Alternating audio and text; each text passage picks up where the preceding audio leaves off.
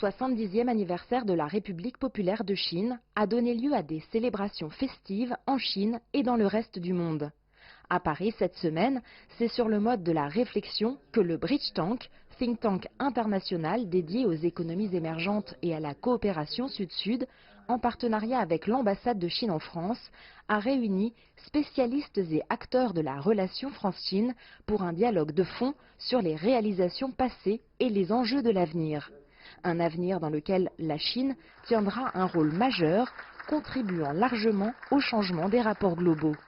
La Chine représente en quelque sorte l'avenir du monde. C'est pas que nous sommes trop fiers de nous, mais le développement de la Chine des 70 dernières années signifie ça. Parce que en 70 ans, la Chine se développe d'un pays très arriéré, très appauvri, en un pays deuxième économie du monde. Là-dedans, il y a certainement quelque chose qui peut donner des inspirations. Si la Chine passait de 1% en 1979 à 10% du PIB mondial en 2015 est en effet devenue l'un des moteurs de l'économie mondiale, elle n'en est pas moins confrontée aux grands enjeux contemporains tels que la crise du multilatéralisme, le ralentissement de la croissance mondiale ou encore l'urgence écologique, un secteur identifié par les intervenants parmi d'autres, comme un possible vaste domaine de coopération sino-française. Quand on parle de l'avenir, moi je pense qu'il y a un domaine qui devrait s'imposer comme une priorité, mais qui est très très vaste. C'est ce que j'appelle l'écologisation, comme on parlait d'industrialisation.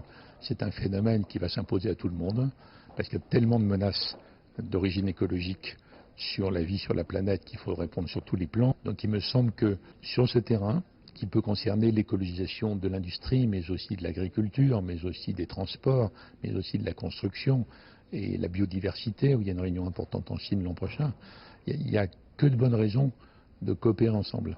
Pour les participants, venus chercher des propositions concrètes et un éclairage sur les évolutions majeures d'un monde en reconfiguration, cette journée permettait de poser un autre regard sur la Chine, au-delà des clivages idéologiques, et de repenser la manière dont la France pourrait contribuer, avec elle, au développement mondial.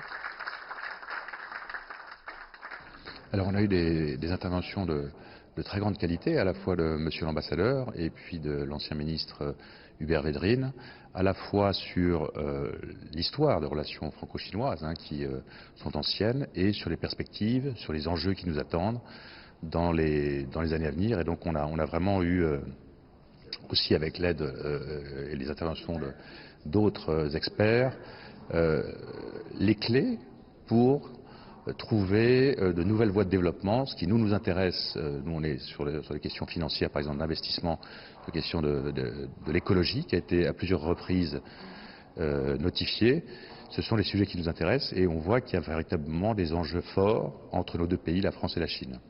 Un anniversaire est une occasion de se retrouver pour célébrer, mais c'est aussi un moment où il est bon de s'interroger sur l'avenir. C'était le cas durant ce séminaire au cours duquel les dialogues ouverts ont permis de revenir sur les atouts et les faiblesses de la relation France-Chine et de tenter de dissiper des malentendus pour rendre cette relation plus forte dans un monde qui s'interroge sur son avenir. Jade Charles, CGTN, Paris.